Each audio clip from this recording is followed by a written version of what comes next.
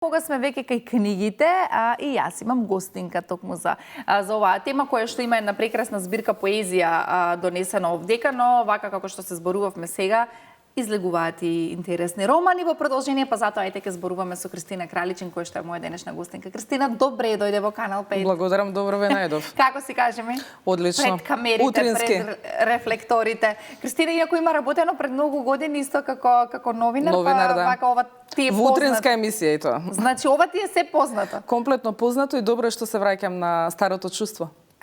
Баш ми е драго. Ајде да започнеме од оваа книга која што имаме тука, Патот на душата по зборот што гори. Од каде, затоа што нели, знам што работиш, разговаравме, некако од каде желбата да се напише некој убав збор? Ние се преточи во книга. Па, убаво пишаниот збор е всушност... Железни врати отвора. Да, железни врати отвора, тоа сигурно, меѓутоа е основа на култура. Так. Тоа е начин на изразување, начин на изразување на собствените мисли, собствените чувства, преку зборовите ние се изразуваме и она што сакаме да го постигнеме како цел пред се збориме, нели, ако е писател или поет. Така. Мора да има собствена корелација со тоа што го размислува и начинот на кој што ќе го интерпретира, за да биде јасно за читателот. Меѓутоа, кај поезијата е многу интересно што не секогаш треба да биде се откриено и дадено во вид на нарација, бидејќи не ни може тоа да биде, со оглед на тоа што поезијата е ограничена по својот обем. Нели, се користат помалку зборови на специфичен начин за да се доведе до нешто меѓу редови читателот да го разбере што всушност поетот сакал да каже. А од друга страна се работи за една стегната цврста форма, која што кај нарацијата пак не е таква, нели, збориме за романите. Така што, да, и околу насловот, пошто ме праша, насловот е земен од наслов на една од песните, која што е еден вид на темел во оваа поезија.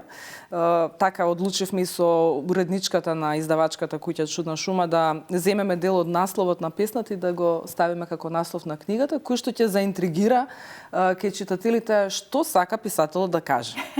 Патот по душата по зборот што гори. Така е насловот на оваа збирка. Тука кажеме која ти е главната тематика? Мислам затоа што јас нели немам прочитано, вака имаш ли љубов или не знам, или имаш различна тематика? Така, да, љубовта е основата. Љубовта е нашиот основен двигател.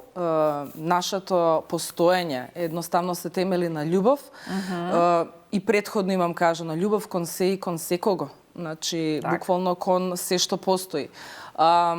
Дефинитивно љубовта и кон природата, кон исконот, од она од каде што потекнуваме, така што има и доста песни кои што се однесуваат не само на љубов како емоција, нели, кон некого, меѓутоа и на природата, на мајката природа на нашата земја, на она што не прави луѓе. Така што тоа е основната тема, меѓутоа она кон кое што јас се поврзувам со поезијата и индиректно сакам да го потенцираме градење и враќање на вистинските морални вредности кај луѓето, достоинството, нели, гордоста за она што сме луѓе, сочувствувањето, емпатијата кон другите. Едноставно во ова денешно време тие работи не достигаат многу кај сите. Мислам дека е време да се вратиме кон она што вистина не прави да се чувствуваме посебни, не прави луѓе, токму така, а тоа секако е љубовта, како што споменавме. Душата, затоа што преку душата ние изразуваме нашата емотивна состојба и она што секој може да го види кај нас. Нашето изразување доаѓа од внатрешноста, од внатрешниот порив што го имаме. Писателот тоа треба да најде начин како да го изрази. Кога на песната не можете да ја додадете ништо, меѓутоа не можете ни да ја одземете, тогаш таа е комплетна мисловна целина. Браво. Има ли некоја која што сакаш да ја прочиташ, можеби за нашите гледачи? Секако има многу. Јас би ги прочитала сите, меѓутоа немаме време. Еве да речеме една. Одбери ти која сакаш. Јас би ја прочитала Не ќе пресушам. Не ќе пресушам, ајде. Ето, спомнавме за природата, поврзано со природата. Јас не ќе пресушам, се додека славеот крунисува планина со милозвучен венец. Се додека езерото бистри бела постела со утрински далги. Се додека ливадата ткае зелен килим со свилена роса. Се додека небото го срамоти утрото со заруменети образи. Јас не ќе пресушам, кога стрелките ќе се поклопат во најголемиот теснец, кога разигрува сонцето над морските алги, кога растрчува пролетта по полјаните боса, кога денот својата зрелост напладне ќе ја згази. Јас не ќе пресушам со мирисот на дуњите над стариот креденец, со приспивна песна на уличните чалги, со сонот потонат во расплетена коса, како вечна ноќна бдејачка љубовта што ја пази, јас не ќе пресушам. Колку убаво. Да. Ете, аплауз да одржијат. Благодарам. Кристина, верувам дека нема да застанеш тука, иако ова ти е прва книга. Спомна дека пишуваш и романи? Да. Веќе се напишани два романи. Едниот е во фаза на печатење во моментов и ќе излезе, се надевам, наскоро. Сега се зависи тоа, нели, од моментот со печатниците и така. Пред нова годишна веќе ќе почне расположение и ќе видиме колку ќе имаме време за тоа, но во секој случај за следнава година очекувам дека двата ќе бидат објавени, ако не можеби и повеќе, затоа што имам уште еден роман кој што ми е во фаза која ја работам и можно е да биде и тој објавен. Во однос на романите, насловот е Дното на моето небо.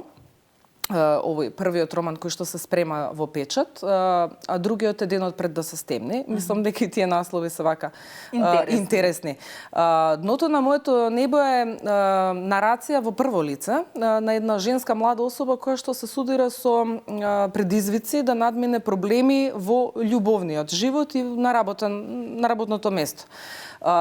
Тоа како она ќе го испроцесира, ние буквално читателот влегува во размислата на таа главна личност во текот на самиот роман и дејството е многу кратко. Во 3 дена се одвива, тоа е затоа што во моментот јас тој период го земав за дејство на романот да биде кога таа веќе сваќа дека проблемот мора да го надмине. И сето тоа што и се случува во главата, сите тие работи како тоа го размислува и на кој начин го пребродува, што всушност може да се идентификува секоја млада жена, па и млад човек, бидејќи тие се современи проблеми кои што сите ние некако сме ги поминале во животот. Дефинитивно ќе се најдат читателите, но интересно е што самите предизвици ја прават кон крајот на книгата да таа созрева како личност. Значи, кога надминуваме нешто, еве тоа се однесува и за мене, да речеме, како писател, кога надминуваме одредени проблеми или пак предизвици во животот, а сите го имаме, тоа на ваков или онаков начин. Оставаат некои бразди во нас, во нашата душа, во нашата меморија. Тие бразди можат да бидат негативни или позитивни. Најважно е да ги пребродиме, најважно е и понатаму како ќе се носиме со тоа и кон што ќе созреме ние како личности. Тоа се случува и во романот. Интересно е дејството, работата е што тоа и го трасира понатаму животот и патот за тоа што она била. После тие 3 дена се скока дејството и оди после 8 години, нема да откривам, затоа што крајот всушност го дава еден дополнителен шарм на романот. Вау, ова е доста интересно. Ајде, чекам и оваа да ја издадеш, а другата, Денот пред да се стемни? Денот пред да се стемни е исто така со современи теми. Тука веќе се разработува нарација со многу дејства, многу ликови, подолг временски период, на машка млада личност во случајот во улога на, нели, главниот лик е човек, млад човек, кој што ништо не го врзува во родното место каде што се наоѓа, бидејќи едноставно ги завршува работите тука, нема повеќе зошто да не е, нели, во брачна заедница и така натаму, буквално сака да го смени животот од корен. Наоѓа работно место кое што го привлекува и оди со полн надеж во земјата Италија. Значи дејството се одвива во Италија.